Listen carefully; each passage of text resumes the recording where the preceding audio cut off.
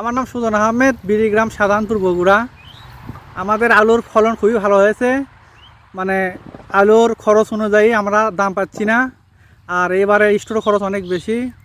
গতবারে থেকে এবার 200 টাকা বেশি লাগাচ্ছে স্টোর খরচ। আর এবার আলুর দামও খুবই কম, গতবারের থেকে এবার আরও বেশি কম। সেই অনুযায়ী আমরা কৃষক মানে ফলাফল ভালো পাচ্ছি না। আমরা মানে যে খরচ করছি সেই টাকায় আমাদের উঠতেছে না, মানে মোটের উপরে লস বললেই চলে। এখন আপনাদের দাবিটা কি? আমাদের দাবি সরকার যদি এই আলুর দাম যদি একটু বাড়ায় দেয় আমাদের তাহলে একটু উপকার হয়, কারণ আমাদের অনেক খরচ হয়ে যায়, আমরা এই আবাদ করে কোনো লাভ করতে পারি না। আর সরকার যদি দাম বেড়ে দেয় তাহলে আমাদের একটু লাভ হওয়ার সম্ভাবনা থাকে, তাহলে আমরা একটু উপকৃত হব আর কি। আমি বগুড়ার সন্তান, আর আমাকে দেশের প্রধানমন্ত্রী বগুড়ি, সেই হিসেবে আলুর দাম বাড়িয়ে দেওয়া লাগবে।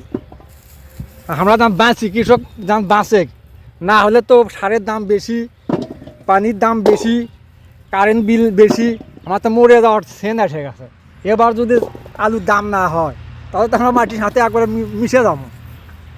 তো প্রধানমন্ত্রীর কাছে এটাই আমাকে দাবি দফা, এবার আলুর দামটা যেন হয়, বাড়ানো হয়।